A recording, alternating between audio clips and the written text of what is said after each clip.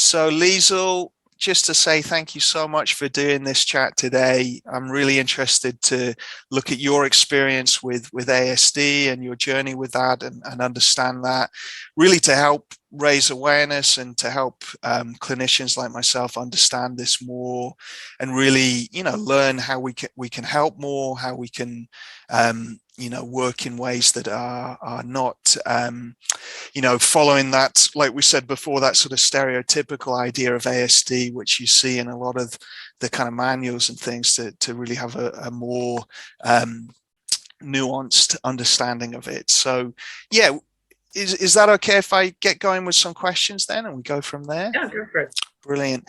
Yeah, I guess first of all, I was really interested in your journey to gaining your diagnosis, in as much detail as you like, going as far back as you want to, really. But yeah, just your experience of symptoms and experiences across your history. I think that would be a great place to begin. Okay. I guess it would start around 2016.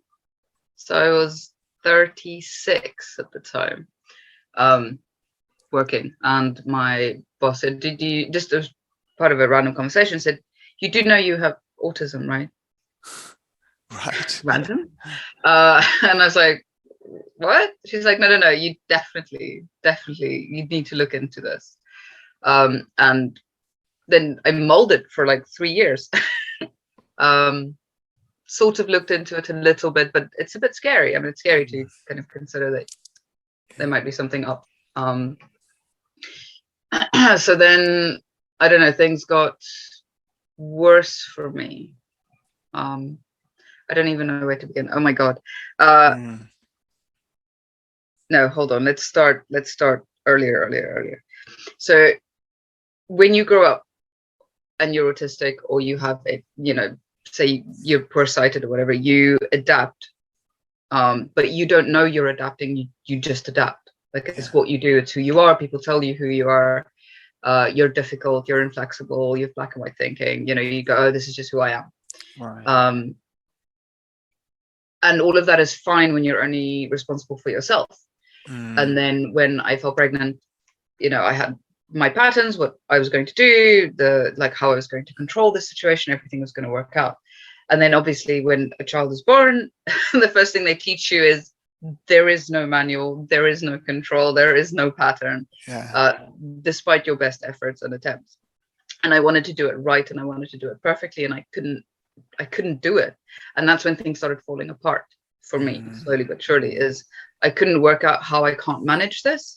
And then you talk to people and they go, no, everyone struggles through, everyone muddles through. And I was like, no, you don't understand it. There's something else going on. Like my brain is breaking because it can't find the pattern of this child's need. And it's constant. So there was no, like, if you live on your own, you don't have children, whatever, it's fine. You can stay in the dark and the quiet, Whereas if you have a child, you can't control their volume, you can't control them crying, you can't control, because they're human. Yes. So suddenly all of your coping strategies and mechanisms and things go, and then you have nothing, and then you start struggling. You go, what's wrong with me? Why am I dysregulated? Why am I having meltdowns? And you're also not sleeping. So that's the thing with autism as well, is the need to sleep more often in order to process. We also have issues with serotonin. It's a different thing altogether. And then luckily I had a really lovely compliant child, really laid back. So we worked out a pattern, which was very rigid, weirdly, but led by him. And we did that. So we'd eat at the same time. We'd have the same singing routines, we'd go to the same little park every day. And then I had a second child, and that is where it all just, because suddenly you've got two needs, very, very different. And it's like, but I've applied this, how does this not work here? And then again, trying to talk to people going, I don't understand how I can't meet both needs at the same time. How is this possible? And they go, no, this is difficult. It's difficult for everybody. You just wing it. And I was like, no, you don't understand. So what people weren't understanding is that I was doing the dialectic thing, where I was thinking about performing. I was thinking about parenting. I wasn't just parenting. the way that most people do. They go, oh, your intuition will kick in. I was like, I have no intuition in this. It's how I make friends. I don't make friends intuitively. I don't work intuitively. I don't do anything intuitively. I think about the process of doing the thing all the time. While you have all of these needs coming at you. And then having neurodivergent children who also have sensory issues, who are, emotional and all of that stuff. So that's where it became really obvious that something is very wrong. And then I had CBT, and I kept talking about the need for perfection, the need to get it right, the need to not have meltdowns, and then be told, no, it's fine, everybody struggles. I was like, no, there's something different going on. But no one quite got it. And so then they didn't pick up ASD at that point. They didn't. No. And then I had psychotherapy for a year, so parent-infant psychotherapy. And I kept saying to the therapist, so Monday, Tuesday, and Wednesday, I'm fine. Thursday, Friday, I start falling apart. I don't understand why. But I was putting in so much effort to try and do the right thing, constantly doing activities, constantly trying to juggle things and finding patterns. It's exhausting. I bet. It's exhausting trying to perfectly meet the needs of a baby and perfectly meet the needs of a toddler all the time without any break. And then by Friday, my brain would just, I can't think straight. I would try and explain what my head felt like. And the therapist would just say, oh, it's because you're coming to see me every Friday. And I was like, it's not about you, it's about me. I can't cope for that long. And it's only now retrospectively that I can see that I was trying harder than neurotypical people would. Because I was consciously doing it all the time. They would go to sleep and I go, okay, I've got 40 minutes to go on Pinterest to find some activities for my child. By the time he wakes up, I can so I was, it's like a constant juggling, constant reading thing. Whereas a lot of parents just go, I just need a break. And if I put them on television, I'd be like, but if I put them on television, then that's going to affect their development. And that, so, sweetie, please don't come in while I'm in a meeting. Oh my God. Look at that. Great timing, isn't it? It's like you can sense, That's supposed to come in. It's fine. But so it was all of those things. And then talking through that with friends, and then my boss at the time said, I think you have autism. And things slowly but surely started making sense. The more I read up on it, I was like, maybe I'm not broken. Definitely. But I only started thinking about seeking a diagnosis when I was homeschooling, was doing it all the time and wasn't coping. Going, something needs to change. All of the things I'm putting in place to fix it. And I think that's where the OCD part of me comes in, is that I was constantly trying to fix it, finding solutions. And then the moment I try and find a solution, something else comes in. And then I find a solution, something else comes in. And then I got to a point where I didn't want to live anymore. So I got to the point where I was going, I would rather not live than live like this. And it's only when I reached that point where I was like, okay, I need to go to the GP. I need to find a diagnosis. I need to prove to myself that I'm not insane. And that there's another reason why I'm not coping. And it had built for so long, hadn't it, by the sound of things, that's always going to be the eventual, thing that our mind does when there's so much suffering, so much overwhelm, so much, in a sense of not getting it right. I'd be interested, the inner critic in that as well, how much your mind's, so all of that, you put that together over a long time, your mind's going to go, okay, there's no hope here, there's no solution, but great, you could seek help at that point. But everybody does, they don't necessarily know. No, exactly. If they haven't had, the sort of awareness that you have of psychological support and things, then you can end up somewhere completely different without any sense of something could help. So quite an incredible journey, and it sounds like you were shamed along the way quite a bit. People sort of saying, well, everyone experiences that, and it's normal to feel overwhelmed, and normal to be trying really hard as a parent, and yet people don't understand the level and extent of that for you was just levels above, right? A lot of parents can be perfectionists, but at the end of the day, a lot of them can put it down, or they can listen to the input from someone else saying, actually, you're okay, it doesn't matter so much. Or they have other things, they can move into other areas of their life to sort of dampen down those thought loops and that intense feeling. But it just sounds like such a higher level and such a ongoing, constant process. So I'd be really interested to hear a bit about those thought loops that are going on, the different thinking processes, and also the feeling side of things as well, as you're struggling with all of that. I guess as a parent is a great place to look at it, really. Yeah. I was just remembering during that time when I had the baby and a toddler, and I was constantly doing these activities. A few of my friends were calling me a Pinterest mum.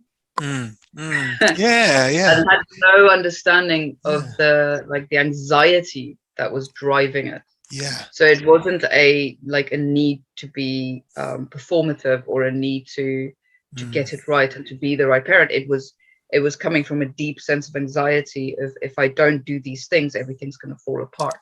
Yeah. So it was a coping strategy. Yeah. It wasn't coming from a place of arrogance. It was coming from a place of fear, but I didn't know that at the time. And the internet comes in as a coping strategy in many things, as we were saying before with OCD. It's going to go that way. But if you're an intelligent problem solver, you're going to use the internet to try and help you to solve this uncertainty that can't be solved, and you're going to try and control a situation that cannot be controlled, because you're like, I'm putting in all of this effort, why is it still messy? Why is it messy? And it is just messy. And as a parent, you can be really attuned and really present and doing all the right stuff, and they still have absolute freakouts and can't be regulated and can't be soothed. So I imagine if you're building your understanding as a parent, trying to get everything right, trying to do it all right, and yet of course it doesn't always work anyway. A kid's not a robot. There's far more things going into the stress and difficulty than just the parents. That must have been so difficult. So would you have found your mind just going over it all, all day long, basically? Endlessly. Yeah. I was stuck in and the anxiety would increase, and then it would turn into paranoia, where I'd have these images of fear of them disappearing, or being stolen, or being taken through their windows, really terrible, because my anxiety was looking for reasons why it's anxious. When really all I just needed was a break. For someone to say, this is too much for you, Yes, and there's a reason why. There's a reason why. No, not at all. Not at all. No, not at all. I was wondering as well, because it sounded like a lot of your coping strategies that you'd had when you were single, you couldn't do anymore because you have the responsibilities of one kid and then two. What kind of coping strategies had those been then? What had you used to help you, when you're in your single life? We didn't go out a lot. I read for days. That is literally how I spent my teenagehood and my childhood, is just, I wouldn't say dissociated, but I spent a lot of time reading, obsessively so. I read and read and read and read and read and read. I slept a lot. I used to sleep 10, 11 hours a night. Yes, there was loads of sleeping, loads of reading. Didn't really go to parties, didn't really go out much, because I was controlling my space. I had my food that I eat at the times that I eat it, on my own. So I had my routines and my systems and my processes of how I did stuff. Yeah. And that worked. Yeah. Yeah. And you had the chance to live like that when you had your own freedom, and then that all gets taken away, and you've got a huge other stress trying to get it right for your little baby. And then that experience of feeling burnt out each week, by the end of the week, how could you not, without those things to help you? And so a lot of the thought loops would be trying to get it right, trying to figure out the formula, problem solve, analyze, work it through. Then there's a load of inner criticism. So there's a loud, inner critic as well, you said. I mean, it's not the fault of like AP parenting, but I think that that mode of parenting is more intense. And if I was going to look for Plato's ideal parenting style, that would be attachment parenting. But with that comes a lot of judgment. So, breastfeeding, co-sleeping, baby wearing, all of those things, which is the ultimate need meeting model for a child, the close connection, all of the antibodies, all that stuff. But it completely doesn't take into account the fact that you don't have the tribe, because that parenting style is built on older forms of like social structures, where you had grannies and aunts and cousins and daughters, everyone's carrying the child. Multiple people are breastfeeding the same child. You're co-sleeping, but you're not alone co-sleeping. Whereas if you're in a nucleus and there's only you, your partner, and your child, it's all on you relentlessly. So if you have autism, or if you have any sensory processing disorder, you get touched out, you get sounded out, you don't get enough sleep, and there's no recovery. So there's no repair. So you're just constantly in a state of sensory overwhelm. And AP parenting does not account for that. So you look at this model, go, this is the right thing, this is the perfect thing for my child, this is what I must do. But in that process, you erase yourself and me like completely, because a child's need is all consuming. One person cannot meet all of those needs all of the time. And if you try and do that, even as a neurotypical parent, you are going to end up in burnout. Well, I was But my OCD type, I didn't know about the OCD until last year, where I had a friend point that out to me. She was like, that thing you do, that's OCD. I was like, no, it's not. She's like, yes, it is.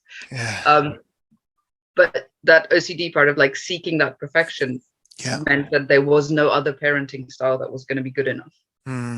Rather than learning that me being okay is the ultimate parenting. That is a completely different thing. And if that means not constantly feeding my child, not constantly sleeping with my child, not constantly carrying my child in order for me to be okay, then that would have been ideal. But there was no one to explain that. There was no one to say, you need to be fine first before AP parenting. Yes, and you have to do an adapted version of AP parenting because you don't have the tribe, and you don't have all of that stuff around you. But you don't see that in that moment because you just want that perfection. And the other side of OCD, that hyper responsibility, that sense I'm going to break my child, I'm going to really damage them if I don't get it perfect. If I don't run up and respond to every single cry and every single need every single time, that's going to cause damage. So so much interesting stuff in that journey, and I think I'd be very interested in hearing about the experiences with therapy and what that was like, the sort of CBT, and then the psychodynamic parent-infant therapy. Maybe we could move into that. I was thinking, what would it be useful for therapists to know more about, especially about later stage diagnosis, and especially in women, and then really, maybe we could use the example of your experience of therapy to show what isn't helpful as well. And because it wasn't helpful. Sounds it. I mean, for one, no one even picked up that you we're Oh, God, no. experiencing this. So, but yeah, what wasn't helpful then? I mean, we've heard a little bit. There sounds like there was some, shaming and minimizing of your experience, and kind of comparing you to neurotypical people, and everyone's stressed and all of this sort of stuff. But yeah, what wasn't helpful? I can talk about what was helpful and then kind of sure. But the most helpful thing has been being diagnosed with autism.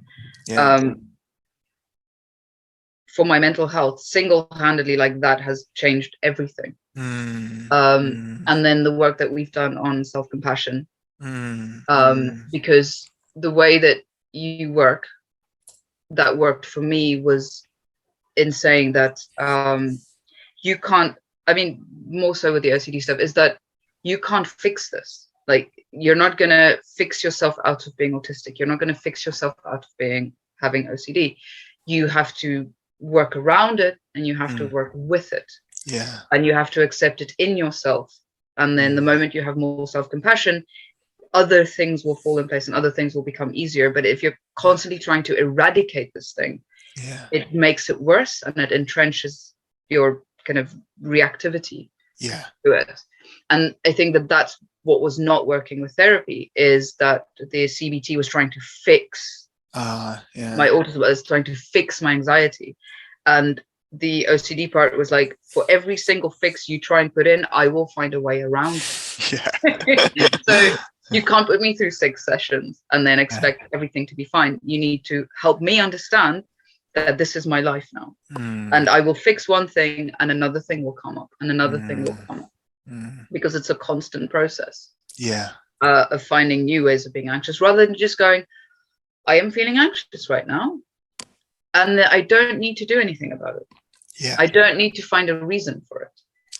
It was the same with the psychotherapy. So the psychotherapy was trying to push back into my past and into my childhood, which obviously had an impact, and there was trauma and all of that stuff, but it wasn't helping me cope with my children and my way of life now. It wasn't helping me navigate social interactions with other people now, or finding work now, which is what I needed more than digging around in the trauma of my past. Like, I needed to be okay with who I am before I can go back and look at other things and go, retrospectively, those things that went wrong partly has something to do with my diagnosis, with who I am as a person, and with how my brain works. And then you can start unpicking those narratives, that you perceive and that you receive from your family about who you are as a person. So none of that would have worked if I hadn't had an understanding of why I am different and how I operate in this world, and why certain rules don't make sense to me, all of that types of things. And that I'm not a really difficult person. I just need to shut down when I get overwhelmed, because I will get irritable because I'm scared. I'm scared because I can't control my anxiety. But if you give me sensory deprivation for 2 hours, then I will come out and be me again. I don't need to be punished. I don't need to be shamed. I don't need any of that stuff. I also don't need to keep pushing. There's this, it's probably a cultural thing as well, where you just have to keep going, keep pushing, keep, there's no chill, just do nothing. Doing nothing is okay sometimes. So I would just kind of keep going and keep going and keep going, and then burn out and break things, and it was terrible. Whereas now I can go, I'm getting really irritated. It's no one's fault. It's no one's fault that I'm irritated. I just need sensory deprivation now. And then I take myself off and I go and do that, and then I'm fine again, and I can rejoin and kind of keep going. So it's those things. It's having the conversation of, what do I need, rather than why am I broken? And that it sounds so simple, but it's like a fundamental shift in how you engage with the world.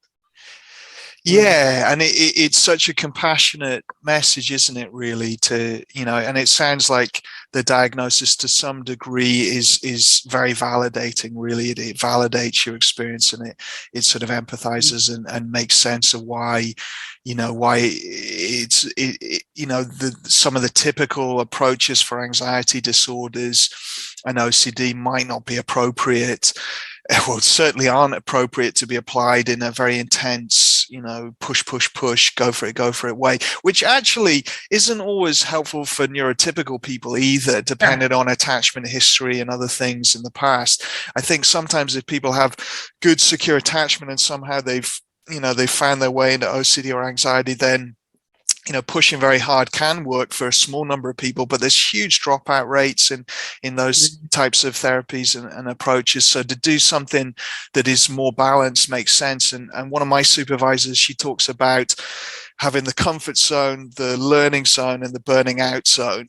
And the ideal thing is sort of moving from comfort to learning and then going back to comfort as needed and trying to stay in the learning zone, and certainly not going into the burning out zone, which it sounds like, so much of your experience has pushed you into that place. Yeah. And I think, with the OCD side and probably some of the ASD stuff, we can learn skills that help us with the difficult thought patterns and the overwhelming feelings. And who knows, over 10 years of practice of that, where you'll get to, it might get even easier. And, but for now, you got to listen to what you need. And if it's sensory deprivation for now, and then working on these skills alongside it, then great. And then, let's be curious how far, you can sort of take it. But yeah, it sounds like acceptance and self-compassion are a huge part of it, and then learning some useful coping strategies. Are there other useful coping strategies? So there's the sensory deprivation stuff. Are there other things like that are particularly helpful? Oh yeah. There's ASMR. Yeah. I don't exactly know how that works. I know that it's something to do with like the vagus nerve, or the way that it responds to your, I don't know, it's like a neuro thing that happens at the base of your skull and then kind of runs down and I have found that if I become dysregulated or irritated or hypersensitive to sound and touch and whatever, if you play ASMR and that happens, then it just releases. And then you regulate again. It's weird. And the embarrassing thing is I didn't know what it was. But there was this one song by Beyonce called Halo. Right. And every time that song plays, I would regulate. Like my brain would feel like something's crushing it. And that would be like a sign of, overwhelm, sensory overwhelm, and like, I don't know, neuro overwhelm. And then the moment that song plays, it would stop. Amazing. And then I had a conversation with a friend who has OCD, who's also very interested in autism and that sort of thing. And she said, do you know about ASMR? There's a particular sound that has an effect on people, specifically if they have autism. And I said, is it that feeling? And then I explained to her the thing, and she's like, yes. I was like, oh, there's the song. And then when we listen to it again, it's because at the beginning of the song, it sounds like someone's applauding. Sound. It's that sound. So it's right frequency and sound, and So ASMR is a really quick way of regulating if you're not too dysregulated. But also I go to the gym like 5 to 6 days a week. Mainly weight training and head classes, so anything that has to do with proprioceptive impact, pushing, pulling, which they give to people like children with sensory processing issues often, especially proprioceptive. And it helps for adults. And having like started the journey of going to the gym, never being a gym bunny, whatever, a lot of the people that I go to the gym with have ADHD. Diagnosed and undiagnosed or suspected or whatever. And it's interesting how they find those things without knowing why they need it. So they'll just say, oh, I need to go to the gym. And I was like, the reason why you need to go to the gym is because of the proprioceptive input you get, because it helps you to regulate. So really basic things like doing monkey bars helps me to regulate. And so I would like go through 3 or 4 days of work and then start to feel, as I describe it, like one of Picasso's women. You feel like your face and your like body, like everything's just disjointed, and your brain isn't integrated into your body. You just feel out of sorts. And whereas before that would push me to like have a meltdown or break something or just lose my mind, I go, oh, I just need to go to the gym now. Yeah. Or I need to go running now. Yeah. So instead of then going, oh, what's wrong with me? I'm falling apart. I just go and do that. Yeah. An hour later, and I'm like a different person. I'm like, oh, here I am. I'm all integrated. Everything's all back now. But that was a revelation, because I didn't expect that. That was, I didn't start the gym in order to regulate. I just did it because I needed to. I thought it was my mental health and whatever. But so that's like a side effect. And realizing a certain type of exercise is particularly grounding and gets you into your body, and it's really effective, like more effective than drugs, more effective than therapy in terms of just reintegrating. Which is great. It was brilliant. And when we did some practice together, we did the technique drop in anchor, and that middle part of coming into your body, that's more of a philosophical principle of, how do I come back to my body? And it can be physical exercise, it can be movement, and often that is more helpful. But also we can do certain things and may not be as effective as the gym, but we can push our feet into the ground, we can kind of hold our hands together, we get some tension in the body that is socially appropriate, to help us at those difficult moments, right? I mean, you could just press against your, like, if you just without people seeing that you're actually just doing that, or you just like, I think you suggested that, is where you just push your hands down the seat. That's been really, really helpful. As well, it is that proprioceptive feedback. And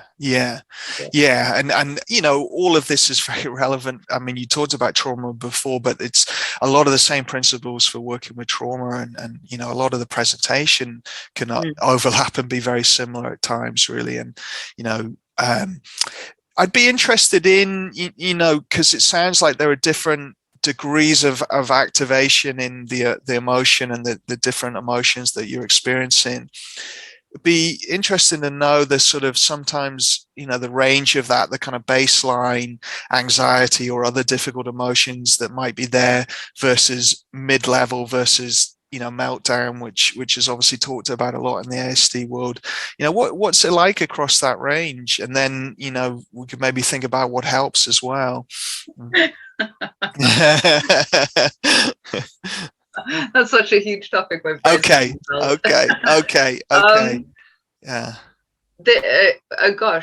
Just generally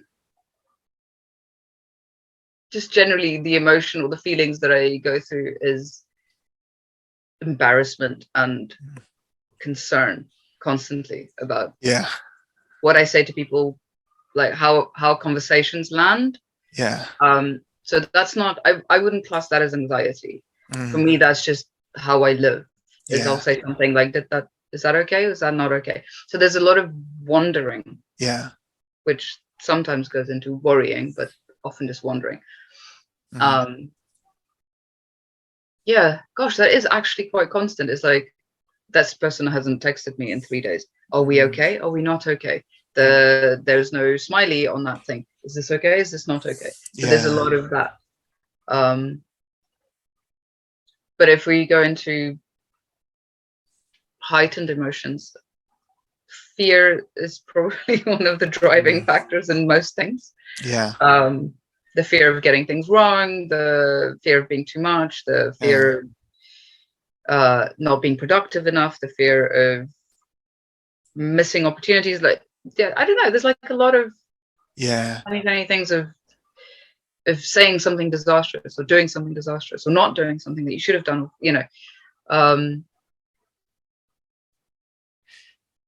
and so that's the cognitive fear loops. And then in the body, it sounds like there's the crushing of the head feeling. There's also immense joy. I should probably put that in, because there's a lot of talk about all the negative emotions. I don't know if that's true for all autistic people, but I feel things very intensely. Joy as well. So joy and excitement, passion, like all of that stuff. Like nothing really comes in half measures. It's all the things. So if I get angry, I get very angry. If I'm happy, I'm very happy. So everything, it's a little bit like being on ecstasy, Yeah. Yeah. where you experience everything in life just slightly higher than people do. So sensory things, you feel that more intensely. Emotions, you feel that more intensely. Your interactions with people, you feel that more intensely. Yeah. Everything is just to the point where you then dissociate, and then you feel almost nothing because your brain can't cope with it anymore. Yeah. But yeah, it is exhausting. So often when I talk to people about how I live and how I interact with people, they go, that must be exhausting. And so that refrain of that must be exhausting, oh, that sounds exhausting. It's true. It is exhausting, which is why we need more sleep, which is why we need more rest breaks, which is why a lot of autistic people become more passive, I think, just because generally living in this world is more intense. Everything is more intense. Every conversation needs to be looked at. Everything needs to be investigated and thought about. So in terms of that emotion, another concept that one of my supervisors talks about is the sort of emotional gears, and it sounds like you also move from 0 to 5 very quickly without those middle gears. So it sort of amps up very quickly, and then does it change between emotions quickly as well? Is there shift between them? Yeah. There's also complex emotion. I mean, we all have complex emotions. Yeah. Where you're both devastated and content at the same time. Like that's a bit more. But that's not as common. Like I went through a series of group sessions with other autistic people, and they were often saying that they don't know what they're feeling. They don't know how to express what they're feeling. But I don't know if that's a social issue where we live in a culture where people don't talk about their emotions. About the complexity of emotions. So they go, I'm happy, I'm sad, I'm angry. And they don't always know what that is. And then often they'll just feel gray. It's just like being in this gray space. And for me, that gray space only ever happens if it's too much, if it's been too much for too long. But you need the language to be able to talk about emotions to know what you're feeling. So I can say, oh, I'm feeling angry. Oh, I am feeling tired. Oh, I am, we don't talk about emotions as a society. So someone who doesn't understand the rules intuitively is going to find it even harder to talk about those things. And they can't piece together the thought, the body sensation, the urge of the emotion with the context and make sense of it all. I mean, a lot of people I work with will struggle to name emotions, or they might have one very dominant emotion that they're very familiar with, and then all the rest of them are sort of off the cards and things. Or, they can talk about the thought part, but not the body. There's almost no awareness of the body, or they're massively overwhelmed by the body and there's not much thought going on. And so there's such variation there. And I would imagine then it's all just heightened within ASD community. It's sort of more extreme versions of all of that. So we what children experience, don't we? Like if a child is crying, you go, you're fine. Or the child says you're sad, and then they're sad, and then you go, there's nothing to be sad about. Like, no. Or they're feeling desperate, and the parent will say, no, you're just being naughty. So what you think you're feeling and what you're being told you feel don't match up. Or you're just being deliberate. When really what you need is attention and you're feeling lonely. You know what I mean?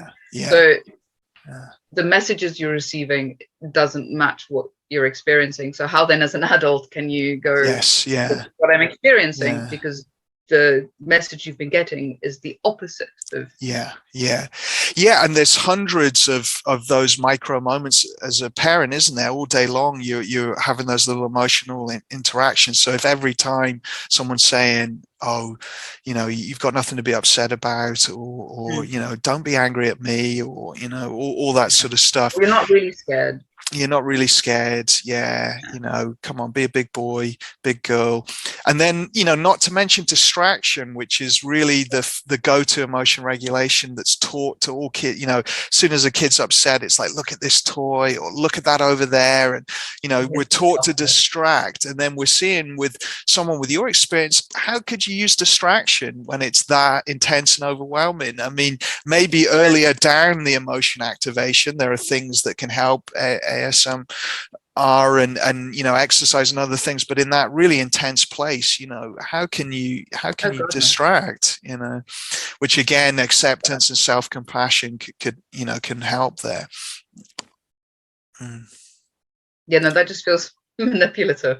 Yeah. If someone had to try and distract me, or go, well, at least this other thing, and then you go, if you no, I will, this is my feeling, I'm going to sit with my feeling, and you're not going to talk me out of it, and then when I'm ready, I will come out of it. And a lot of people I work with have used distraction for years, and it's kind of worked to some degree a lot of the time, but then there's enough difficulty in life and suddenly their go-to strategy doesn't work and they can't get out of their thoughts or out of their feelings. And that's such a painful, difficult place to be when, all the strategies you normally use to help you with emotions suddenly don't work. And then, it just amps up even more. Hold on, for OCD, right?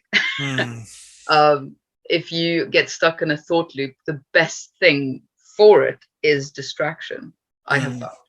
That is the one place where I will use it. So I will get stuck in a thought loop where I have the same theme that I'm thinking about for a week. And it's like, oh, I'm caught now.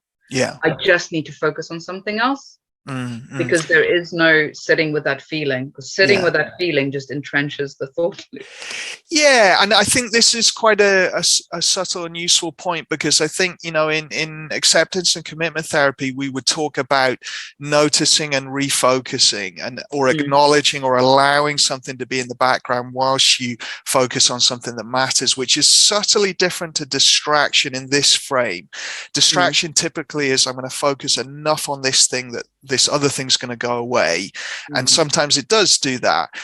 This is a little bit different. It's like, I'm going to give my time and my attention, and I'm going to keep refocusing onto what's important in this activity, and I'm going to allow this one to come and go in the background. It tends to work better, because if OCD is very intense, you can't distract, it'll, or you get a rebound effect. As soon as you stop the activity, it comes back more intensely. But my experience of OCD and with other clients, when it's really intense, you cannot distract, but you can focus and get active and do something and allow it to come and go. And then if it gets really strong, you acknowledge it. You don't have to sit and stay and be with it for a long period, but you can acknowledge it, notice it, and then refocus. And that sort of teaches the brain, a little bit like when you get an annoying song in your head, and if you go, okay, I'm going to focus on this other song to get rid of it, or I'm going to go and do something, it never works. Whereas if you go, okay, that song can be there, the Venga bus, I always use that example, the Venga bus could be there.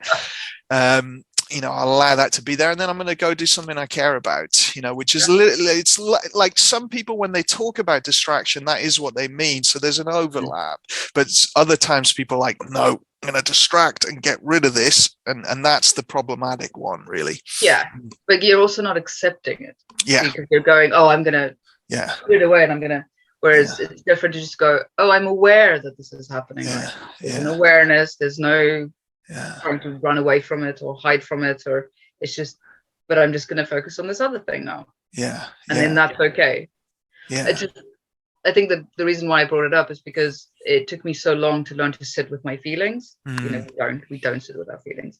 So to learn to sit with my feelings, and then realizing that there are certain circumstances, as with OCD, where sitting with your feelings is not the answer.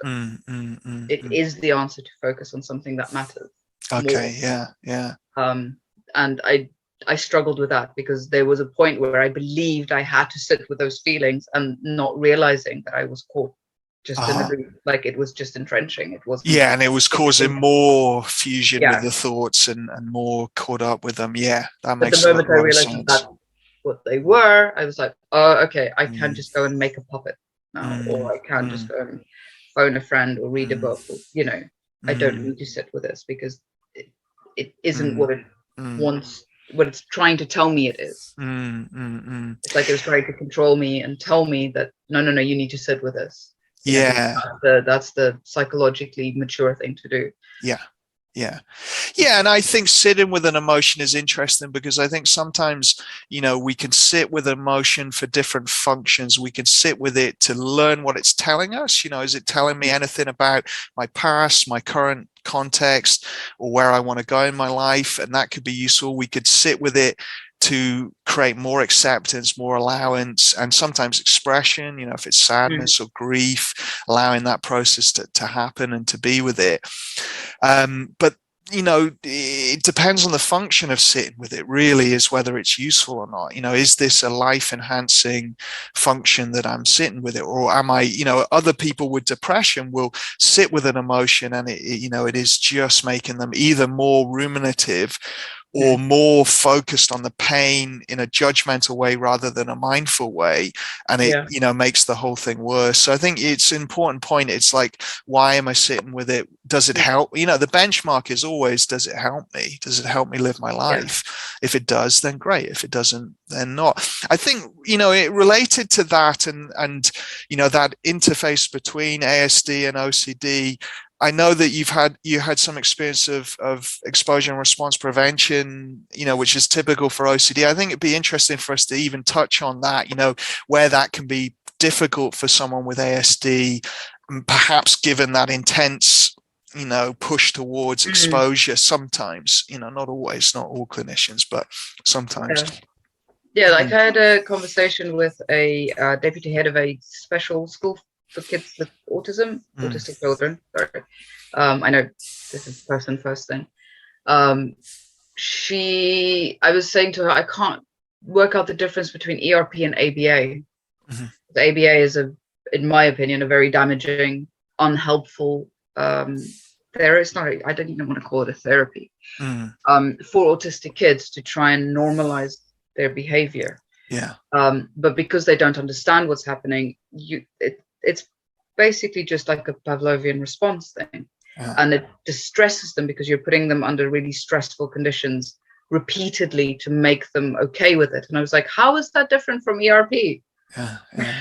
Because ERP is a thing that I do to myself.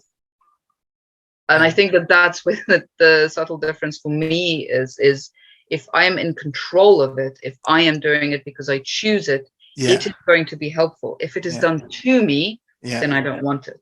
And ABA is done to children and at children, putting them in great distress, and they don't understand why they're doing it. Whereas like ERP, one example would be going to a pub with friends in an area of London I've never been to, 7 o'clock at night. So that, just talking about that, I'm immediately feeling anxious. Like it's not even real. I'm not really going to a pub somewhere random I've never been to. But just talking about it, I'm already feeling like, oh, now I'm scared. I don't know where I'm going. I don't know if I'm going to get lost. I don't know who's going to be there. Are they going to have anything that I want to eat? What is I'm going to have to check my bus or train journey a week in advance, and I'm going to have to check it several times over. Getting more anxious just thinking about it. It's fine. But then, because I'm aware of the fact that this is happening to me right now, I used to say no and just go, no, I can't do it. I'm not going to do it. I'm not going. You can suck it. Now I will push myself and do it, and that is effectively ERP in my head. Definitely. Moving towards the discomfort because I understand that this anxiety is not real. It is just it's an automatic response. It's the same with my child. I think my child's a really, really good example because I have so much love and protection, and my need to keep him safe is so strong. And OCD found a very clever way of latching onto that. So now he's old enough to go to school by himself. The anxiety is intense because I am not in control of how he gets there and how he gets back and whether or not he's safe. So there's a chance that he may leave and never come back. So that anxiety is really, really intense for me.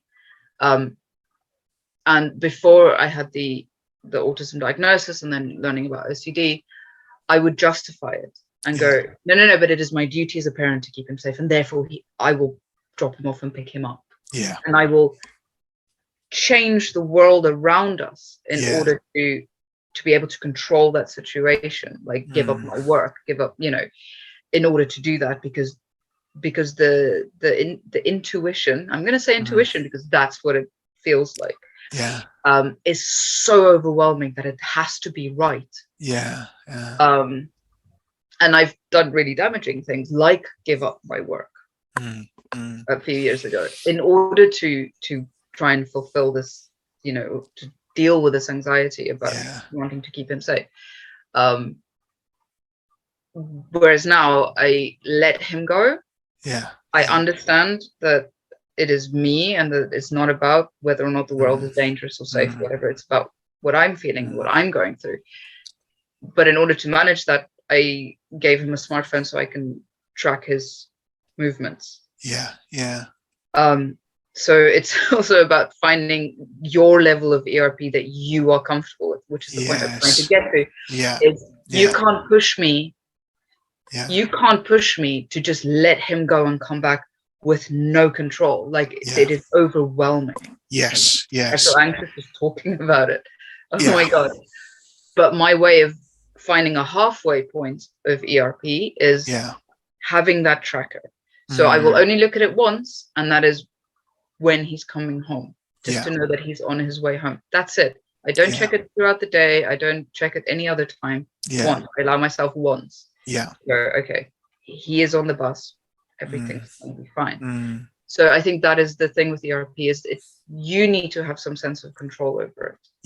It can't be done at you. It can't be externally motivated. It has to be internally motivated, which is also something I learned at the gym, is I will push myself into uncomfortable places physically, but I am in control of that. The moment you push me beyond what I think is okay, it shuts down and it's not going to be helpful. I become really angry and resistant because I am learning my own level of discomfort. So I will put myself in discomfort, but I've got to control it. You can't push me further. And we should say that good ERP should be and is done this way, but it's sometimes that it isn't. And I guess this is perhaps where ACT adds something to this, that it really puts the focus on values and valued areas of our life and motivation. Why would we do this exposure? What's it in service of?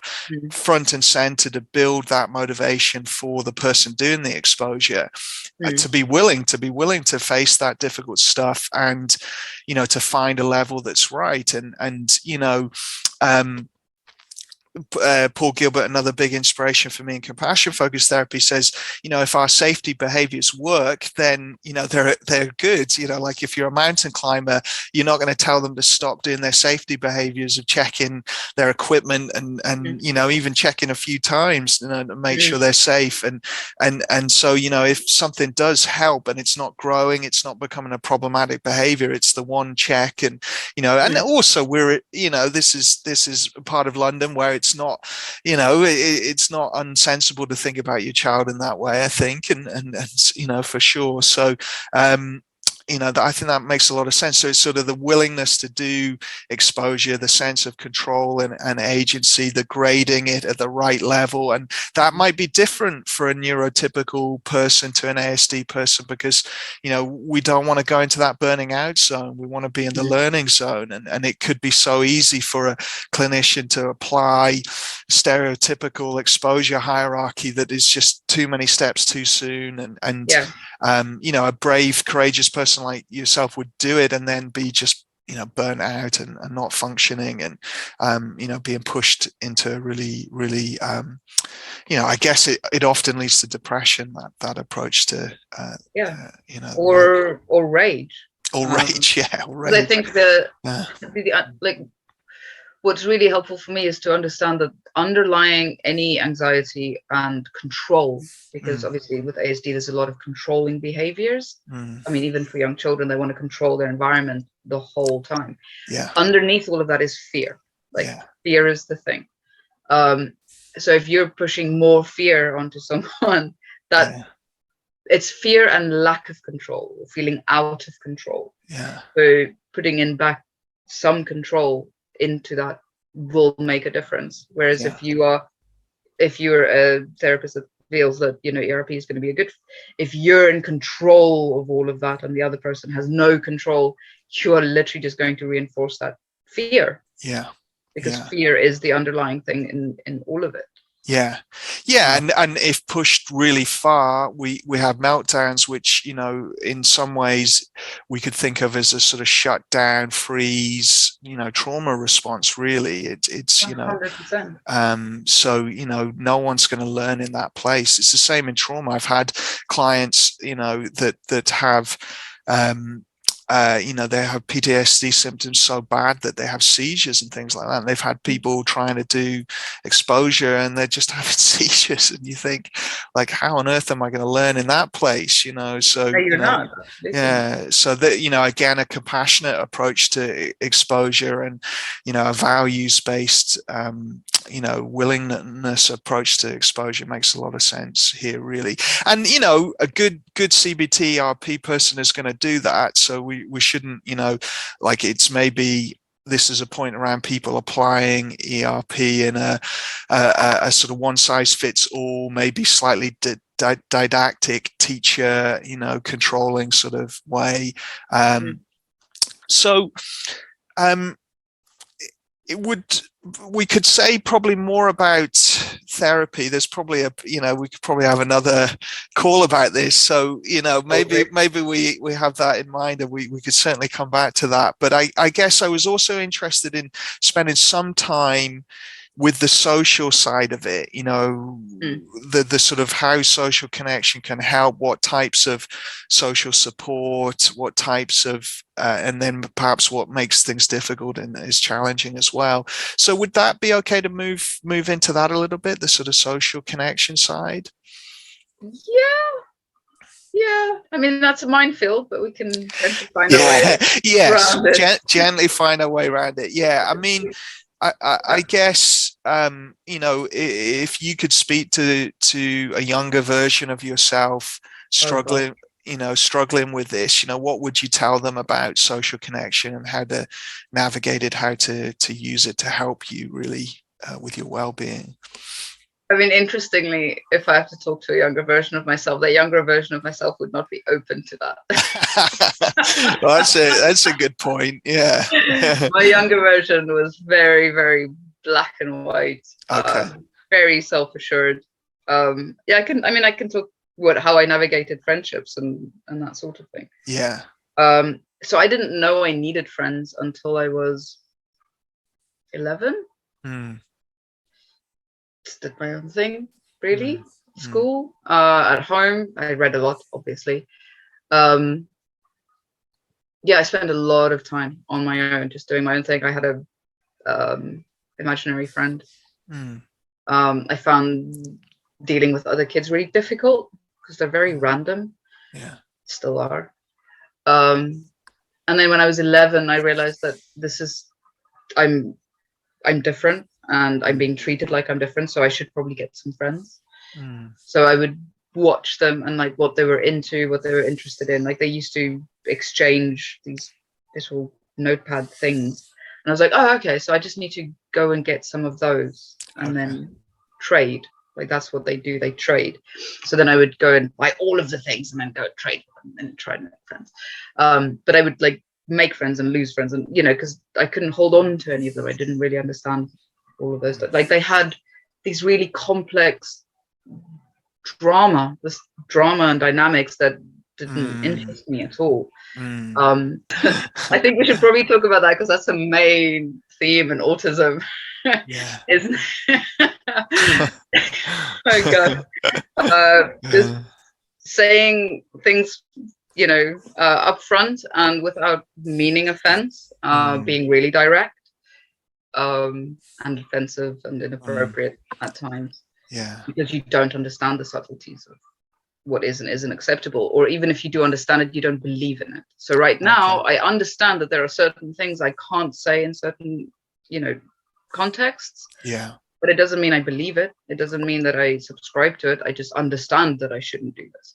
Okay. And I think that like that was a main message that I wish I could share with parents who have autistic kids and with people who have autistic friends, is that it's okay to say to an autistic person, that was not okay.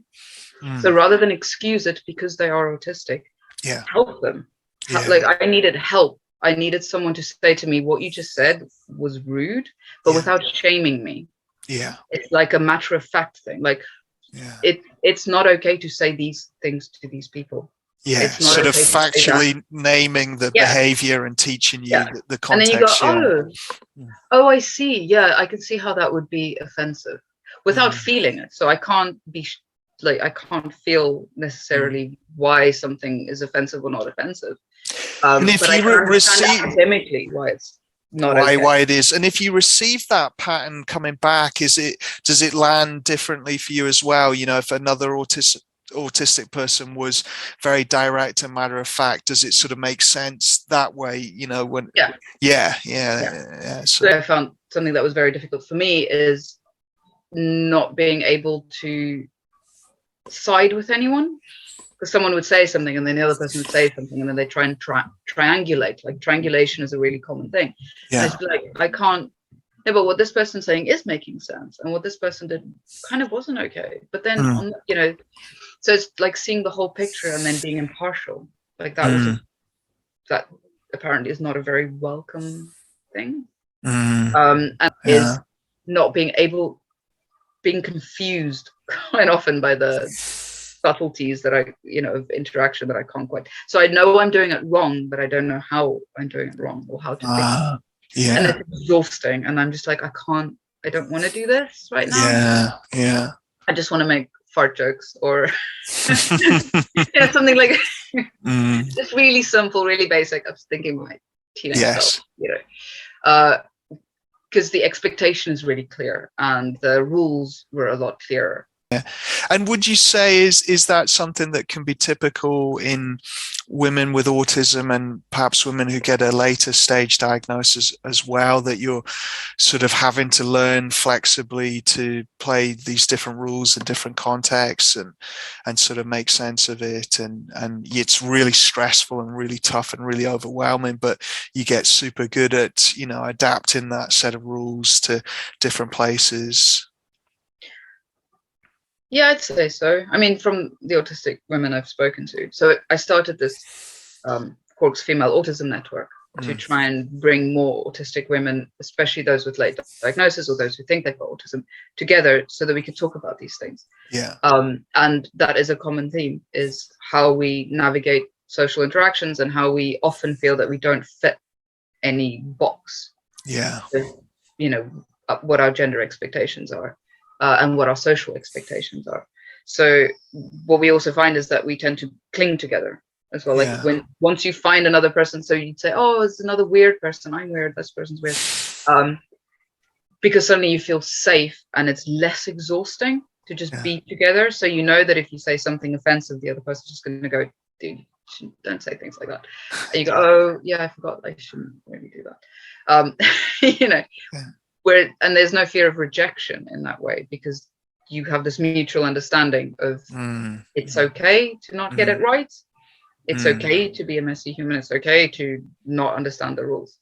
So we do tend to stick together if we find each other. So having a community like that is sounds really supportive.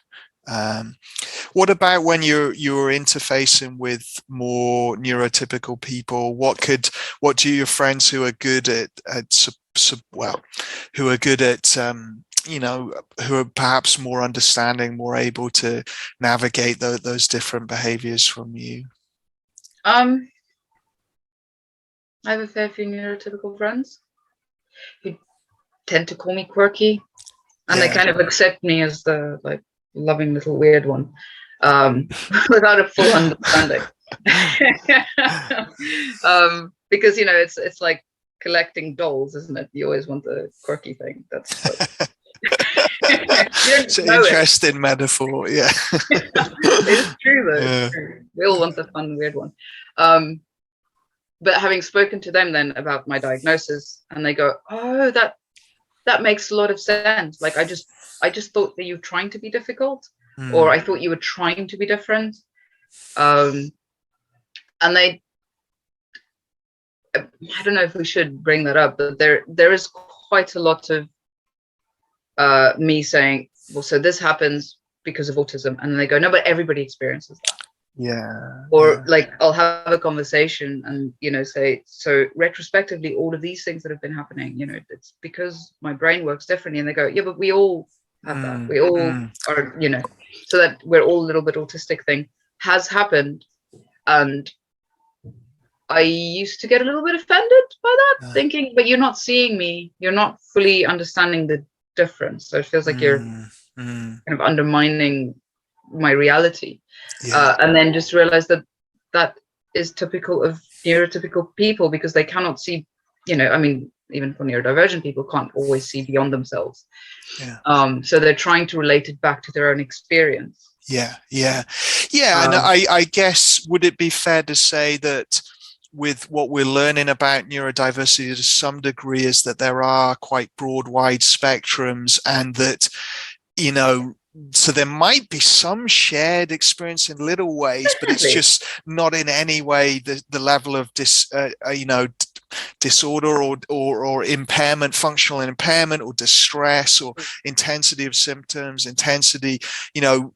You might, if we go back to what we said earlier, a parent might worry about getting it right. They might think about that, but they're not spending a whole day and a whole week doing that and feeling the level of burnout, the level of distress. So they hear you say that, and they go, well, yeah, I worry about being a parent and I get tired. But it's just the magnitude is so different in terms of the experience. I mean, it's a bit like saying, oh, if someone has MS and they go, I'm exhausted. And a person who doesn't have MS goes, oh yeah, I've been exhausted too. And it's like, yeah, I know you've been exhausted, but MS is a thing. Like it's a thing. Or I need to wear glasses when I read is not the same as I am blind. You know. And that was, I think that's where disability comes in. Like I've thought about this word a lot. I didn't want to accept this word disability because I don't want to think of myself as disabled. But the more I was thinking about it, I was like, the difference between me and you, not you, me and you, me and you know, a person, is the disable part. Like I am unable to do certain things. I can't just walk it off or get a second wind. When the spoons are gone, they're gone. You know, when the capacity is gone, it's gone. Like there is no fixing this. It's meltdown or burnout. Like those are the options you have. So it's really coming to terms with what not being able to do something is versus I'm a bit tired and my capacity is lower now. Like if you're blind, you are disabled from seeing, like you cannot see. It is never going to be different. Or your eyes are always going to have to work 3 times as hard in order to get 30% vision, whereas your eyes will never ever have to work that hard to get the same amount of vision. And that is what autism is I always have to work 3 or 4 times harder than a neurotypical person to achieve the same level of being in this. Like things that are automatic for you, they're not automatic for me, and they will never be automatic for me. It's always going to be a conscious process. So it's trying to make those things clear with neurotypical people, because our understanding of what autism is, like invisible disabilities, is so limited. And the wide range of presentations versus the kind of stereotypical manualized versions, and you know, it doesn't account for how good you get at managing the disorder, other strengths you have. If you have, you know, a good working memory and high IQ and things like that, you're going to find ways around it. And or if you have certain resources, certain things given to you, you know, or certain interests, if you're just interested in psychology for whatever reason and you start reading and learning about stuff, it doesn't account for all of this, does it? And I guess, sometimes people are, we know things like anxiety and depression are very high in our communities, and there is overlap between these things because ASD can have comorbid anxiety and depression. And, as we've said, there's a lot of anxiety there. So people are sometimes spotting that overlap, but yet it's quite a different thing. And, it's a little bit like in the OCD community. We all hate the phrase "I'm a little bit OCD" because it really, underplays the pain and suffering if you're really struggling with OCD. It is not just wanting your room tidy. It is not just being organized and liking, or having higher levels of cleanliness than your average person. It is, terror and distress and fear and you think you're about to die for whole days and weeks and months. So to say I'm a little bit OCD, and it feels a bit the same with this, really. It's like saying I'm a little bit ASD. It sort of doesn't. We're all a little bit autistic. So we might identify certain qualities, but being like obsessed with certain interests or certain routines, or being a bit a little bit drop in faux pas socially, does not mean you're autistic. They're all within the normal range of human experiences. When it has functional impairment and high distress, and a lot more that you're seeing that. So for friends to understand that, I guess, and to be more empathic and more aware of that level of distress and the language, and probably it sounds like being forgiving of when you might be more direct or more rude, even, to sort of see that within the context of what you're dealing with. And I guess to be understanding of when you need time out, and as well. Like you're not being antisocial, you're not deliberately forgetting people. It's not that they don't matter to you, it's just literally you have no capacity for dealing with it, because it's literally just one more thing that it's too much. And that's been really, really helpful, is to be able to say, I'm running out of spoons. So that's spoon theory, having that. I'm running out of spoons. This is not personal. It's not because I can't be asked to turn up, or I couldn't be asked to send your child's Christmas gift or whatever. It was literally just my executive functioning limit had been reached, and I couldn't even work out what to eat for supper, let alone go through the process of posting something, like the 50 steps that you have to go through in order to make that happen is just too much. Whereas for you, it's just, I'm a bit tired, I'll go tomorrow. It's not the same thing. So that's been really helpful, is having that language. I think having a diagnosis is part of it, but it is also giving you an entire dictionary of ways to describe what you're experiencing, what your needs are, what your limitations are, that you wouldn't have had before. Yeah. And it makes me think again back to therapists sort of adapting treatments for this, and sort of in the same way that in chronic conditions, and you talked about MS, I have a lot of clients experiencing long-term illnesses who've been highly shamed by therapists, who've sort of implied, if we can, correct the cognitive distortions and push into this, it'll magically go away, rather than to go, actually, no, there are useful things within therapy, useful coping strategies, but we've got to get the pacing right, and we've got to not shame clients for, it not magically getting rid of something and suddenly their chronic condition is gone. But it's got to be more a supportive, kind, empathic, validating, compassionate approach to therapy that gets the pacing right, really. And so safety, like I know that word hasn't really come up, and I think that's really fundamental, is that you need to feel safe in your therapeutic relationship. If you don't feel safe, it's not going to happen. It's the same with being a parent. Is you need to feel safe in order to learn. You need to feel safe to be responsive to any kind of change. But if you're not feeling safe in change is not going to happen. And are there any other things you would want to say about the safety, about what helps foster that? Well, compassion, but radical acceptance. The demonstration of radical acceptance, where a person who say has MS or who has ASD can talk about their experience, knowing that there is no judgment. There is literally just acceptance of what you're saying, being seen, being heard. I mean, those are such basic fundamental things. But I think that makes the difference in your ability to then put yourself into places where you feel uncomfortable to do some ERP because you feel safe enough to do that. Like, I won't put myself through that if I don't feel safe. The first thing you're going to do is try and protect yourself, and that isn't like an autism thing. Is I will not try new foods. I will not go to that new store. I will not walk down that road that I've not been to because I'm not safe. And I think that is the same with OCD in many ways as well. You feel safe when you. You're more likely to engage in the therapy, and to some degree it's true probably all things that bring people into therapy, but it's maybe again a bit heightened here, that it needs an even more higher level of radical acceptance and compassion, or maybe not higher level, because really that's just a thing, you don't have higher levels of radical acceptance really, but just maybe the communicating of it more and the demonstrating of that radical acceptance continually. I think that's really helpful.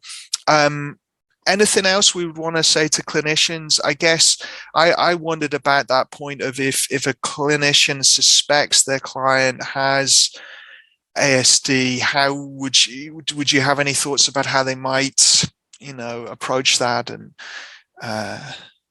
it could, if you're not a psychiatrist, so you're not doing formal diagnosis, you're more a psychotherapist or a psychologist, you're not someone whose sort of role, you're more of a therapist, a counselor, a psychotherapist. You're not diagnosing, but you may suspect that this could be part of what the person's struggling with. I mean, I guess it depends a lot on how open that person is to even hearing it. Like, for instance, the first time I heard it was 2016, and it was 3 years later where I, just planting that seed. I guess we can talk about relating. Autistic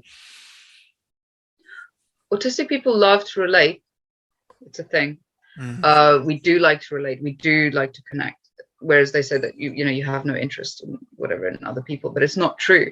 And the way that we relate is, so you'll tell me something that happened to you when you were 7, and then I will tell you something that happened to me when I was 10 that's very similar to the thing that happened to you when you were 7. Now, it sounds like I'm talking about myself and making it all about me now, and I'm no longer talking about you. But actually what I'm doing is I'm listening to what you're saying, taking it in, finding the file that corresponds with it, pulling that file out and go, oh, look, it matches you. So it's like playing dominoes in a way. That's the way we connect. So it sounds like you're being selfish and self-absorbed, but what you're actually doing is trying to connect with the other person. So this is relevant because, so when I was applying for jobs and struggling, as you know, going through anxiety and trauma, because I was going through autistic breakdown, burnout, the whole thing, it was awful. So I would get really, really anxious just before and during interviews. What helped me the most in our sessions and the discussions we had was you talking about your experience. So I know a lot of therapists and clinicians, and don't necessarily want to talk about themselves because they feel like it's not about me, it's about the other person. But just from my personal experience and from having spoken to other autistic people, we love hearing that our experience is not unique, that the person we're talking to understands what we're going through to some degree. Because now I know otherwise there's no other way for me to know that you actually know, because we spend so much of our time feeling very different, feeling misunderstood, feeling unheard. So I will look for the keywords in everything you say to work out whether or not you actually know what I'm saying. I see. Because our experiences are so different. So if you were to say to me, I have a friend, like, even if you don't have, say, OCD or ASD, I have a friend who's experiencing a very similar thing to you. This is what happened to them, and then had a diagnosis and they're autistic. My brain automatically goes, oh, there's a pattern. And then it makes that connection. or Mm. go, oh, I've got a niece who has gone through A, B, C, and D, and that's very similar to your B, C, D, and E. Mm. And I'm wondering if you've ever thought about that. So you're not Mm. telling the person they're autistic, you're just saying, here's a pattern, here's your Mm. pattern, I can see a Mm. match. Do you think Mm. that that's valid? Yeah. But it's a relating thing. Mm.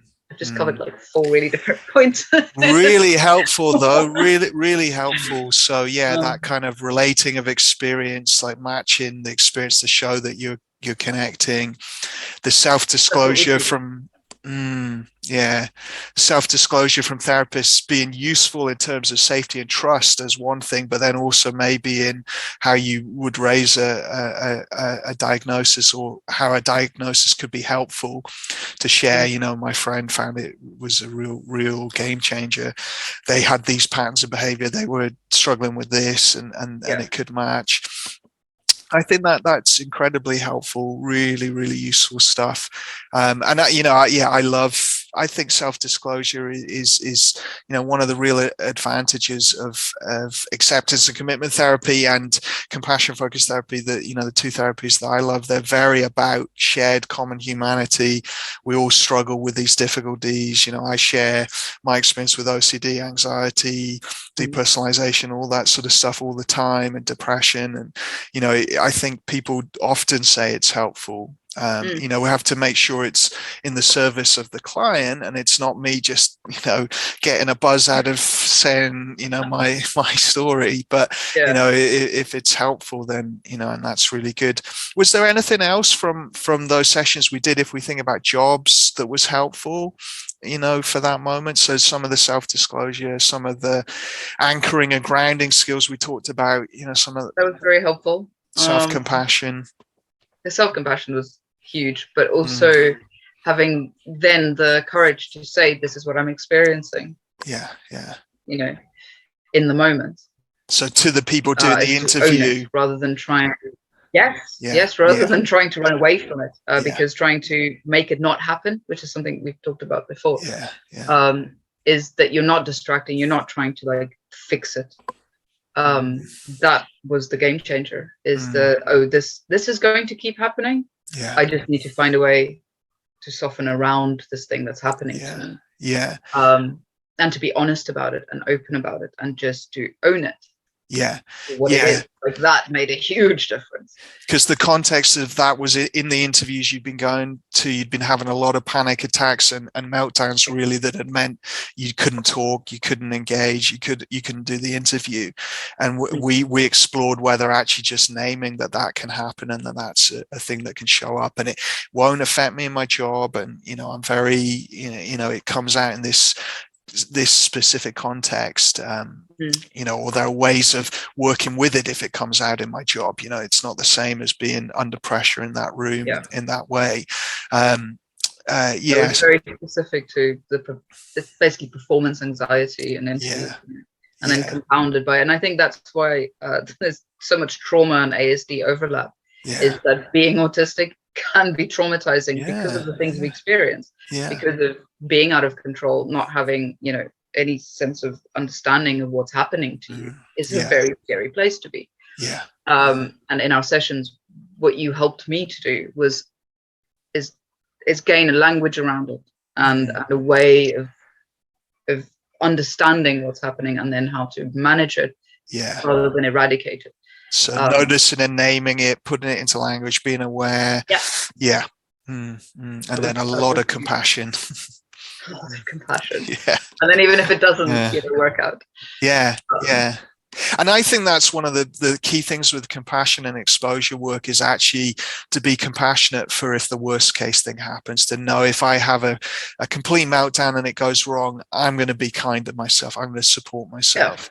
If the worst case fears happen, I'm not going to give up on myself. I'm going to be supportive and compassionate, even if my inner critic is telling me I'm terrible and all the rest of it. You messed up, you didn't answer that correctly.